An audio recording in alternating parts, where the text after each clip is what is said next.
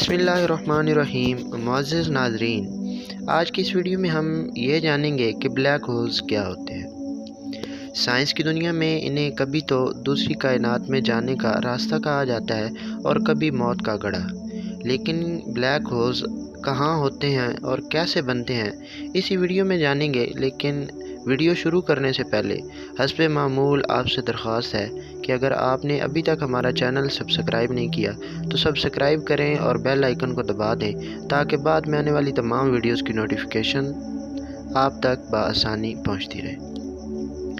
تو چلیے شروع کرتے ہیں۔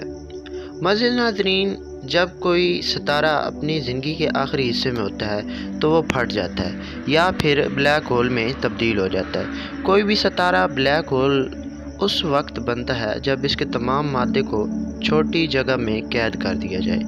اگر ہم اپنی سورج کو ٹینس بال جتنی جگہ میں قید کر دیں تو یہ بلیک ہول میں تبدیل ہو جائے گا۔ بلیک ہول میں تھوڑی جگہ پر انتہائی زیادہ مادے کی وجہ سے اس کی کشش اتنی زیادہ ہو جاتی ہے کہ روشنی، جو اب تک کی تحقیقات کے مطابق اس کائنات کی سب سے تیز ترین چیز ہے، بھی اس سے فرار نہیں ہو سکتی۔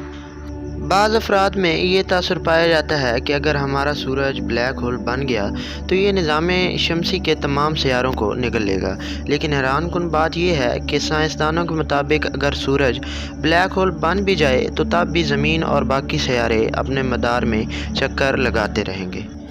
چونکہ بلیک ہول بننے کے بعد سورج کا حجم انتہائی کم ہو جائے گا تو اس کے گرد ایک حد تک کشش بہت زیادہ ہو جائے گی کہ اگر کوئی بھی چیز اس حد کو پار کر جائے تو پھر اس کا واپس آنا ناممکن ہو جائے۔ بلیک ہول کے گرد اس حد کو فلکیاتی اصطلاح میں ایونٹ ہورائزن کا نام دیا جاتا ہے۔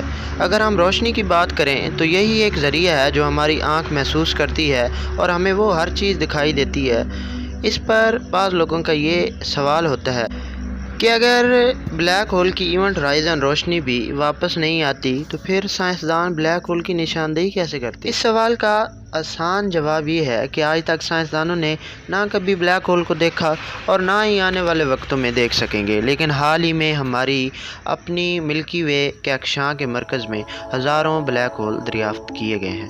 جی ہاں، یہ بات 20ویں صدی سے زیر بحث تھی کہ سپر میسو بلیک ہول، جو کہ 40 لاکھ ستاروں پر مشتمل ہوتا ہے، کے آس پاس چھوٹے بلیک ہول بھی موجود ہوتے ہیں، لیکن سائنسدانوں نے اس بات کا مشاہدہ نہیں کیا تھا، لہذا اس بات کو ثابت قرار دینا بھی مشکل تھا۔ لیکن کچھ مہینوں پہلے ہماری اپنی کہکشاں کے مرکز میں موجود سپر میسو بلیک ہول کے گرد ہزاروں چھوٹے بلیک ہول دریافت کیے گئے۔ بہرحال کائنات میں جتنا گہرائی میں انسان دیکھے گا اتنا اس کائنات کے بارے میں یہ خیال کرے گا کہ جیسے ابھی تو شروعات ہوئی ہے، کیونکہ کائنات کے بہت سے ایسے راز ہیں جن سے پردہ اٹھنا ابھی بھی باقی ہے۔